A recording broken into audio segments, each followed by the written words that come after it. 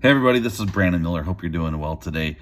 I am turning 50, the big 50 later this month. And I've been on the roller coaster. Part of me is freaked out about it. Part of me thinks, oh man, that's kind of cool, man. The best is yet to come.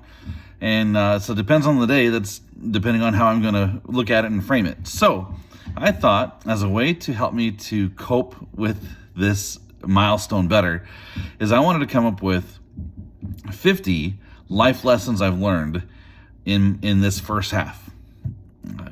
Can't wait to get to the second half. So, I'm each day between now and March 27th, I'm going to share 3 or 4 life lessons. And I have a whole spreadsheet full of them that I've written out, and they're not in any particular order. I want to mix it up a little bit.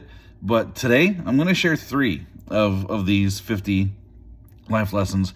And these life lessons I've gleaned these from various things, from going through tough stuff, through the loss of both of my parents, my mom when I was 18, my dad just last October, through going through a divorce, things like that, remarriage, becoming a dad, struggling to get I did the 11-year approach to get my 4-year bachelor's degree in English, and then later on was able to kind of redo my education, kind of redeem that by, doing better in school. Got a master's in social work, master of arts in happiness studies. But then also just the day in and day out stuff. That's where I learned a lot as far as struggling, trial and error, failing and learning from those failures. Just looking in the mirror, doing a lot of self-reflection, things like that. So some of these will seem random, and some of these might land really well for you. These pertain to me, and these are meaningful to me. And probably, next time I do this, when I turn 60 or 70, maybe I'll do a different list. I don't know. But these are my top 50 life lessons I've learned so far. Here are the first 3.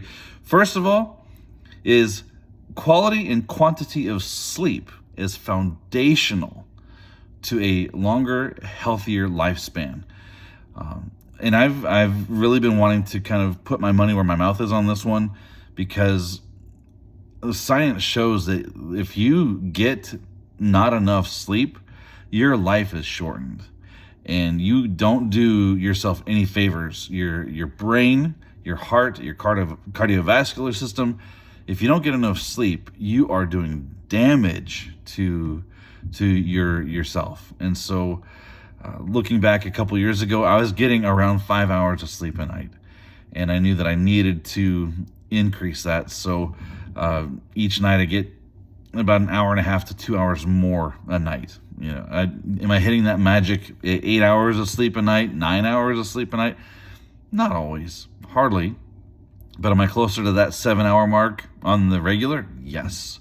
And am I feeling the difference? Absolutely. Much better than when I was hitting 5 hours of sleep a night. So quality and quantity of sleep matters a lot for your overall well-being. All right, the second life lesson I want to share with you is super important to me, near and dear to my heart. So I'm a dad to 2 kids, Xander and AJ, 13 and 11, and been doing family history research for a handful of years. And how I treat my children will impact future generations for a long, long time, many generations into the future. Even if my children don't become parents, it will impact them, which will then impact how they treat others around them. So the ripple effect will go far into the future. If I'm a jerk to my kids and I respond on the regular with impatience and barely being tolerant, they are going to see that as the norm, as the gold standard for how you interact with people. And they will then in turn treat their friends, their coworkers, their life partner, if they choose to go that route, if they become parents, they'll treat the people in their spheres of influence the same way I treat mine. So if I treat my children with love and respect. That will model a whole lot for them in how they will impact people around them. So how I treat my kids definitely has some far-reaching power. All right, the third one for today. Here's my life lesson as a debt collector. Post-divorce, I was living in Colorado Springs, and for a handful of years, I worked as a debt collector for Ford Motor Credit. And it was during the recession. People were losing jobs left and right. It was a tough job. I was called every name in the book, plus some new ones. And yet I still had a job to do. I had to protect the assets of Ford Credit.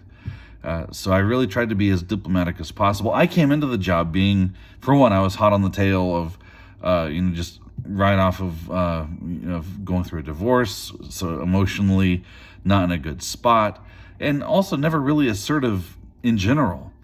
This job taught me two things: to be kind yet firm, firm yet kind. There's a way to get your message across that shows kindness and respect, but also firmness, where you can lay down, hey, this is a boundary. I need you to pay your car note by this date, and if not, this is what will happen.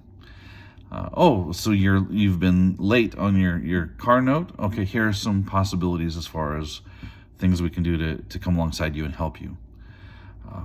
Even though I made men and women cry, not because of how I treated them, but because of their situations, this job taught me how to get my message across in a way that wasn't being jerk-ish, but also it wasn't being milquetoast, spineless jellyfish either. Kind yet firm, firm yet kind. All right, tomorrow I'll share a few more.